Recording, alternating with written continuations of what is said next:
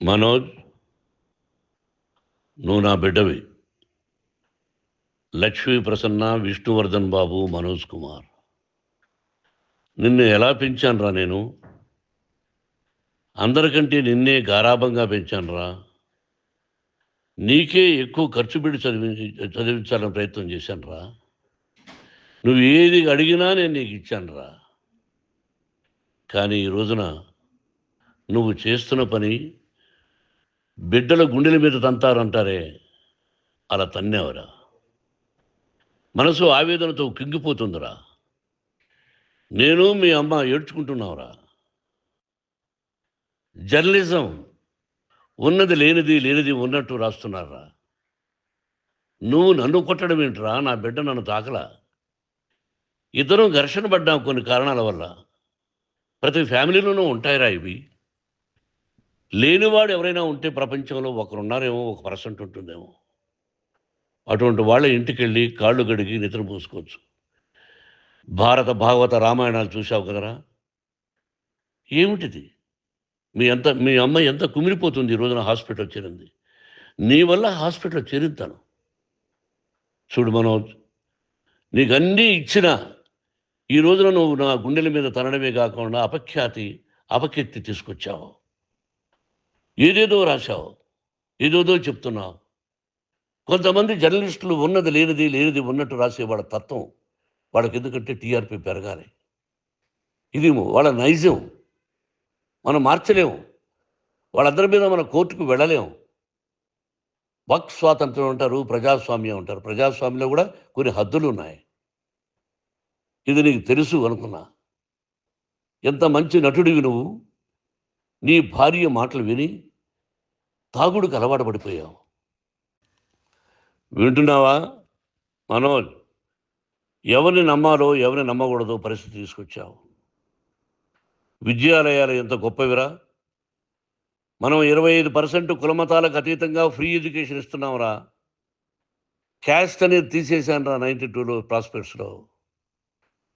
నువ్వు చదువుకున్నావురా. అక్కడ చదువుకున్న బిడ్డలు ఐఏఎస్, ఐపీఎస్ అయ్యారా. ఎంతోమంది గొప్పవాళ్ళు అయ్యారా. నువ్వు నటుడుగా ఎంతో గొప్పవాడివి. తాగుడికి అలవాడబడి నువ్వు నీ భార్య ఇంట్లో బిహేవ్ చేస్తున్న విధానం ఆ భగవంతుడు సర్వేశ్వరుడు తెలుసు. భగవంతుడు చూస్తున్నాడు రా. నేను తప్పు చేసినా, నువ్వు తప్పు చేసినా, ఎవరు తప్పు చేసినా. ఎంత అవకాశం ఇచ్చావు మాట్లాడుకునేదానికి అందరికీ. ఇన్ని సంవత్సరాల్లో మన విద్యాలయాల్లో ఒక్క తల్లి కానీ ఒక తండ్రి కానీ ఏమైనా చెప్పారా? ఆ బిడ్డలు మన బిడ్డలు రా. మీరెంతో నాకు అక్కడ ఉన్నవాడు కూడా నా కూతుర్లు, నా కుమారులు. ఎంతమందికి ఫ్రీ ఎడ్యుకేషన్ ఇస్తున్నావు. వాడి దగ్గర ఏది ఆశించరా.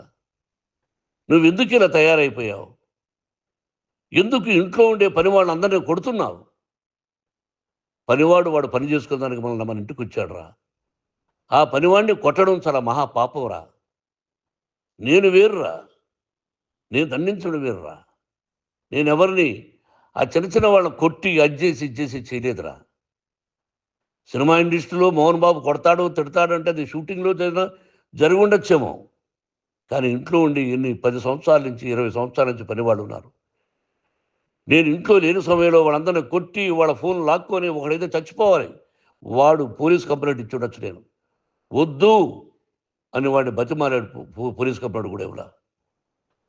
ఇంకైనా నువ్వు నీ భార్య మారి బయట ఉండండి రా అన్నాను నేను. లేదు డాడీ, తప్పు చేయలేని ఒకసారి వచ్చావు, మళ్ళీ తప్పు చేశావు, మళ్ళీ వెళ్ళావు, మళ్ళీ ఈసారి తప్పు చేయనన్నావు. ఏమండి వీడు తప్పు చేయడం అని మీ అమ్మ చెప్పింది. ఇంట్లో పెట్టుకున్నా. మళ్ళీ నువ్వు చేస్తున్నది, ప్రతిరోజు నువ్వు తాగుతున్న విధానం నీకే తెలుసు. ఇది ప్రజలు నమ్ముతారా లేదా అనవసరం నాకు. నేను నీకు చెప్తున్నా, ఇంతటితో ఫుల్ స్టాప్ పెట్టాలి. 3 రోజుల నుంచి రకరకాలుగా రాస్తున్నప్పుడు నా మనసు ఆవేదనతో ఉంది. మళ్ళీ చెప్తున్నా, Mohan Babu university is greater than temples. Greater than temples. బిడ్డలను కాలేజీలో చేర్చుకునే ముందు చెప్తారు, అన్నయ్య ఎంత ఉంది యూనివర్సిటీ రూల్స్, ఇది మా పద్ధతి, మీకు ఇష్టమైతే చేర్చండి. గవర్నమెంట్ బిడ్డల్ని గవర్నమెంట్ ఏమిస్తుందో ఇంత%, వాళ్ళకు కూడా మీ దగ్గర ఎందుకు డబ్బు తీసుకుంటున్నావు అంటే దానికి అర్థం పరమార్థం చెప్పాము. దొంగతనంగా తీసుకోలేదు. ప్రతిదానికి చెక్కులు ఉన్నాయి. అది అకౌంట్ ఉంది. దానిలో తప్పులు జరిగితే డిపార్ట్మెంట్ ఉంది. కాలేజీలో ఇంకేదైనా తప్పు జరిగితే గవర్నమెంట్ ఉంది. ఇవన్నీ నీకు తెలుసు. ఈ రోజున ప్రపంచంలోనే నంబర్ 1గా చేయాలని మీ అన్న కష్టపడి ఇతర దేశాల్లో నంబర్ 1 యూనివర్సిటీ టైఅప్ చేశాడు. ఈ రోజు నువ్వు చేసిన విధానం ఏమిటి? నువ్వే ఒకప్పుడు నాకు ఇవి ఏమొద్దు నేను యాక్టింగ్ అన్నావు. ఈ రోజున ఏం చేస్తున్నావు? విద్యాలయాల మీద పడ్డావు. తల్లిదండ్రులు చాలా గొప్పవాళ్ళురా. కొంతమందికి డబ్బు కట్టలేకపోవచ్చు. కట్టని వాళ్ళకు కొంత సహాయం చేసావు. అంతా సహాయం చేయలేము. బ్యాంకుల్లో డబ్బు కట్టాలి. లెక్చరర్స్కి డబ్బులు ఇవ్వాలి. యూనివర్సిటీ బ్రహ్మాండంగా నడపాలంటే మంచి లెక్చరర్స్ కావాలి. ఇవన్నీ తెలిసి చేస్తున్నావురా 32, 33 సంవత్సరాల నుంచి. అది పక్కన పెడితే అందరినీ కొట్టడానికి వస్తావు. మీ అన్నం తిడతావు. ఒక వ్యక్తి వినయ్ గారనే ఆయన వ్యక్తి హెల్ప్ చేయడానికి వస్తే ఆ వినయ్ ఎవరు లజ్జాగుడికి చంపేస్తాను వాడు అన్నావు. ఇవన్నీ ఎంత తప్పురా? అంటే మీ నాన్నగారికి ఎవరు సహాయం చేయడానికి వస్తే వాళ్ళందరినీ లజ్జాగుడుకులు అంటావు. చంపేస్తానంటావు. మీ అన్నను చంపేస్తానన్నావు. చంపరా చూద్దాం మీ అన్న నేనే అన్నా. తాకరా నీ ధైర్యం ఉంటే అన్నా.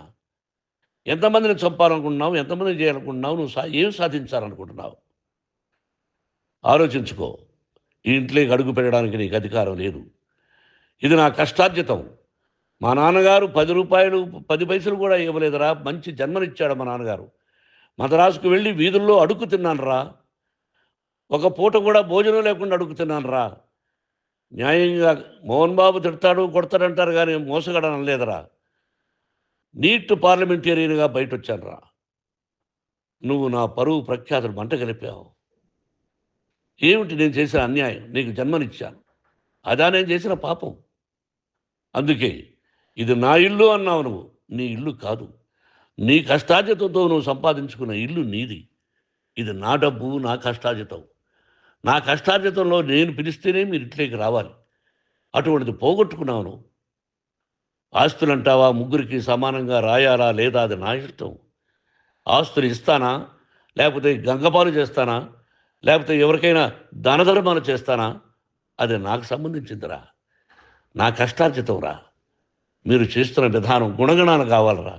మందు తాగచ్చురా. ఎంత తాగాలి? నేను కూడా 1 or 2 పెగ్స్ తీసుకుంటా. ఇది తప్పు కాదు, జనానికి తెలియాలి. నా డబ్బు ఇది. తాగి ఎవరిని కొట్లా. తాగి నేను తింటున్నా.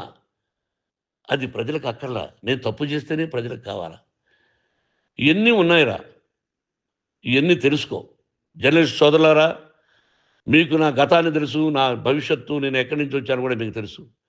ఈ రోజున మీరు రాస్తున్న విధానం, నా బిడ్డ నన్ను కొట్టాడన్నారు. ఎంత తప్పు. ఈ రోజున నా బిడ్డ మీద కోపంతో అవును చెప్పచ్చు. కాదు, వాడు నా మీద చెయ్యెత్తలేదు. నేను ఘర్షణ పడ్డాం. ఘర్షణ వేరు, కొట్టుకోవడం వేరు. గాయాలతో హాస్పిటల్కి వచ్చి కుంటుకుంటుగా నడిచాడు. మళ్ళీ ఏమని పోలీస్ స్టేషన్కి వెళ్ళి చెప్పాడు. ఎవరో 2 ఉన్నారు, వాళ్ళిద్దరూ నా మీద దాడి చేశారన్నాడు. నా ఇంట్లో పనిచేస్తున్న వ్యక్తుల గురించి పోలీస్ స్టేషన్కి వెళ్ళి చెప్పవలసిన అవసరం అతనికి లేదు, హక్కు లేదు. పోలీస్ డిపార్ట్మెంట్ కూడా తెలుసుకోవాల్సిన విషయం. నా ఇంట్లో ఉండే వర్కర్స్ మీద నేను కంప్లైంట్ ఇవ్వాలి. నువ్వు పర్మిషన్ లేకుండా నా ఇంట్లోకి నువ్వు చొరబడి ఈ ఇల్లు నాదంటూ ఇంట్లో పనిచేస్తున్న వర్కర్స్ మీద కంప్లైంట్ ఇచ్చావు. అది ఎంతవరకు పోలీసు న్యాయమో రూల్సో చూద్దాం. పోలీస్ డిపార్ట్మెంట్ ఇంటికి వచ్చింది. వాళ్ళకి రాశాను ఉత్తరం. అయ్యా, నేను సీనియర్ సిటిజన్ని, నాకు రక్షణ లేకుండా ఉంది. నా బిడ్డ వల్ల నా ఇంట్లో నుంచి నా బిడ్డను పంపించేసి ఇది నా ఇల్లని. వాళ్ళు నాకు సమాధానం ఇవ్వలేదు. ఇవ్వకపోగా ఎవరిని పట్టించుకోలేదు. ఇప్పుడు పోలీసు వాళ్ళు వచ్చి ఏమండి రూల్స్ ప్రకారం నా బిడ్డ ఇంట్లోకి రాకూడదంటే మాకు హయ్యర్ అథారిటీ వాళ్ళు ఫోన్ చేశారు. మీరు ఎవరిని స్టాప్ చేయొద్దండి, బయట నుంచి ఎవరైనా వస్తే వాళ్ళని స్టాప్ చేయండి అన్నారు. 2 రోజుల నుంచి 10 మంది 20 మంది వస్తున్నారు. వాళ్ళు అలా చూస్తూ నిలబడ్డారు. వాళ్ళు ఫోటోలు తీసుకున్నారు. వాళ్ళ మీద మళ్ళీ వదిలేస్తున్నారు. ఎవరిని నిందించాలి? But I give respect to the police department. వాళ్ళకి ఎవరు ఏ అధికారి ఫోన్ చేశాడో, ఆ అధికారికి ఏ పొలిటీషియన్ చేశాడో అది వాళ్ళకే వదిలేస్తున్నా. కాబట్టి వాళ్ళు పోలీస్ కంప్లైంట్ ఇచ్చినా కూడా మేము సంబంధం లేదని అంటున్నారు కాబట్టి నేను నా బిడ్డను నిన్ను నాపు చేస్తున్నా. నువ్వు ఇంట్లోకి వచ్చే అధికారం నీకు లేదు. నువ్వు వచ్చి నీ బిడ్డను తీసుకెళ్ళు. సంతోషం. నువ్వు రాలేదు, నీ బిడ్డను జాగ్రత్తగానే చూసుకుంటావు. Take care your daughter, that's all. మీ అమ్మ హాస్పిటల్లో అడ్మిట్ అయింది. రేపో ఎల్లుండో మీ అమ్మను పిలిపించి బాగైన తర్వాత ఇదిగో నువ్వు నీ కొడుకు బిడ్డను తీసుకెళ్ళి వాడికి అప్పచెప్పని చెప్తాను పోలీసు వాళ్ళ ఆధ్వర్యంలో. ఇది 100% జర్నలిస్టు సోదరులారా, పులి స్టాప్ పెట్టండి. మీకు కుటుంబాలు ఉన్నాయి, మీ యజమానులకు కుటుంబాలు ఉన్నాయి. మీ కుటుంబాల విషయాలు, మీ యజమానుల కుటుంబాల విషయాలు మేము ఎవరు జోక్యం కలుగు చేసుకోవాలా. మేము నటీనటులం. మాది తప్పుంటే నటుడుగా నన్ను ఫెయిల్యూర్ అని రాయండి, నా నటన బాగలేకపోతే రాయండి. బట్ ఇంటి లోపల సందులో నుంచి చూస్తూ తప్పు చేస్తున్నామని ఉన్నది లేనిది ఉన్నట్టు రాయకండి. మీకు నా హృదయపూర్వక నమస్కారాలు. ఇన్ని రోజులు హృదయపూర్వకంగా ఎంకరేజ్మెంట్ చేశారు. ఆ ఎంకరేజ్మెంట్కు నమస్కారం చేసుకుంటూ I love you all. I love you police department. మీరు న్యాయంగా ధర్మంగా నడుచుకోండి, ఎవరికి తొత్తుల్లాగా ఉండొద్దండి అని మనవి చేసుకుంటూ నేను సెలవు తీసుకుంటాను. Thank you very much for all the journalist. ఇక్కడ పులి స్టాప్ పెట్టండి. Thank you very much.